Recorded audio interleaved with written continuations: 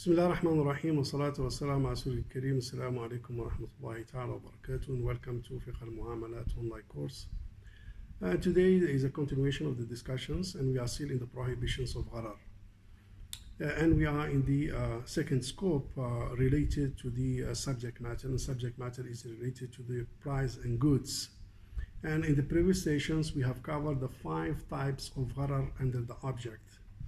And today we carry on the possible and potential of the existence of the Gharar, or lack of information or uncertainty in the price.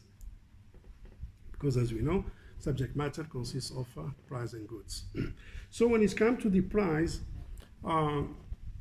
if the price in the sales transactions or a lease contract, for example, is unknown, so it may lead to potential existence of Gharar, which may impact the contract. So if you sell something, then you don't know how much you are buying. You sell something or you purchase something and you don't know how much you are buying.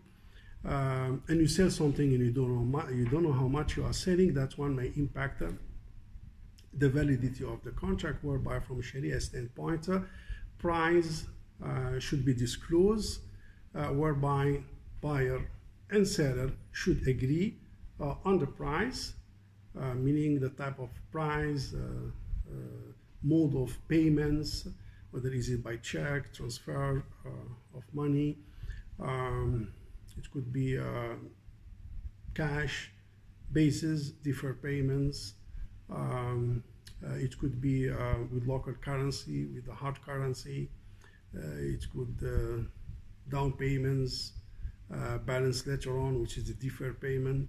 So what kind of mode of payments that govern the transactions of the sales, and of course the information related to the amount exactly of the price, in order to avoid any potential dispute or arguments between the two contracting parties.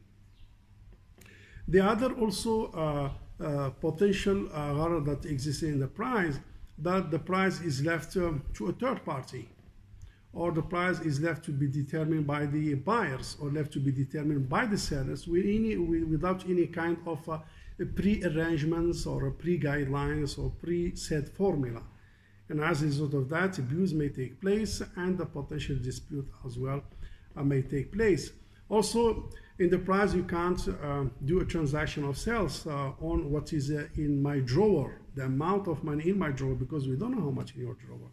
Or I will pay the price which is in my pocket, and we don't know how much in your pocket. Or based on the amount that I have in my account, we don't know how much in your account.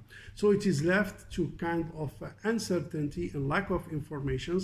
So we don't know exactly how much is the amount, and as a result of that, a potential dispute may take place. And the same goes for the lease as well. You cannot agree on some kind of lease without an agreement on the rental amount. Again, it may lead to a potential dispute. One of the, despite the strict requirement of Sharia to determine the amount and the price and to agree on the specific amount in order for the transactions to be valid, Sharia allowed as well some of the transactions whereby price is not determined. But of course, it's supported either by the practice of the Urf, or it is supported by a kind of a pre-arrangements, like for example, setting a formula, setting an equation, setting a benchmark, agree on specific references, and so on and so forth. If you have this kind of an agreements that manage the potential risk of the dispute of the price, that could be tolerated. And here some of the examples given by Sharia scholars. It is also mentioned in the IOF standards of the Gharar, standard 31. Like for example, purchase based on the day of the purchasing. You know, you purchase one item based on the date of purchasing. So you have that specific date as a benchmark and reference to determine the price. Also, at the price to be set by the market on the day Like for example, if you buy gold um, on specific date, so you can trace back that day, meaning what is the market price on the gold on that specific date. What is the price of the palm oil, for example, on that specific date. So you have a kind of sources, references that determine and set the price by the market, so that one become a reference. So that pricing will resolve the potential issues and the conflict by the two contracting parties if they agree on that kind of reference. Meaning either you agree on the price during the contract or you agree on specific method, a mechanism to determine the price, either at the date of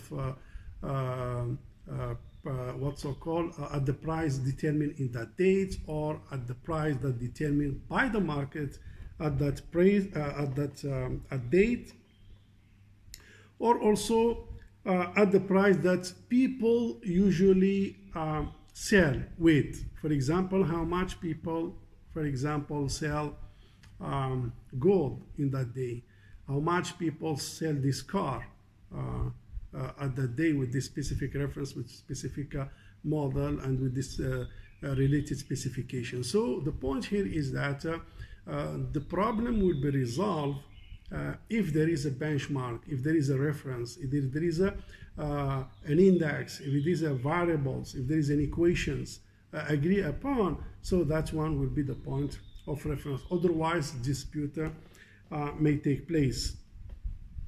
Among this also that allowed also in the IOF and brought it as an example is Bay'a al-istijrar. Bay'a al-istijrar, basically they have different, of course, type of istijrar, and different school of law have a specific narrations of the determining the type of Bay'a al-istijrar. But as mentioned by the IOF, is a kind of a regular purchase, you know, from suppliers without determinations of the price upon the purchase.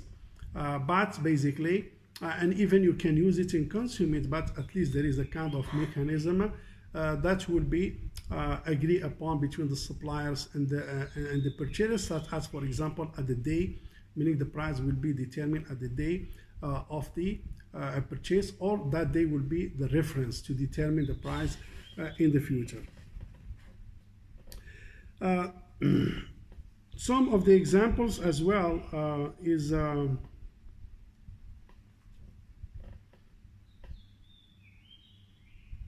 the car, for example, given here as one of the example to monitor the Gharar. If you use a car,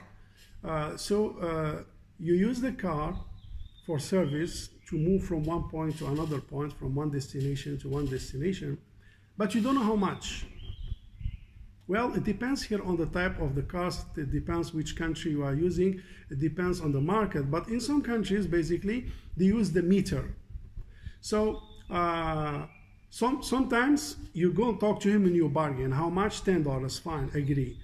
Sometimes if you use the what's so called app applications, of course, like Grab, for example, here in Malaysia, so you know the price, fine. But sometimes you just go and it is by meter. You just take the car and you go to one destination, but you don't know how much because there is a meter.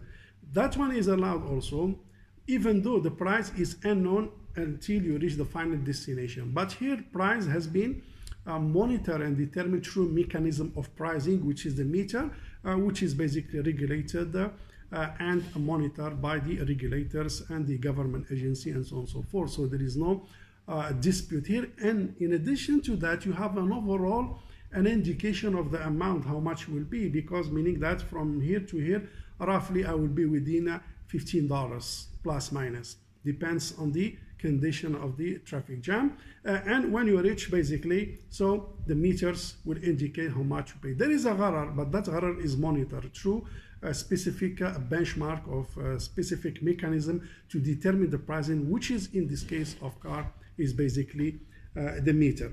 So here again, if I may just conclude by saying that Gharar may exist in the subject matter. In the price side, it could be an unknown price, which may lead to kind of dispute between the two contracting parties. As a result of that, price should be known by the contracting party. You have to know how much is the amount and you have to know the type of currency, the type of mode of payments, and so on and so forth to remove the whatever potential dispute.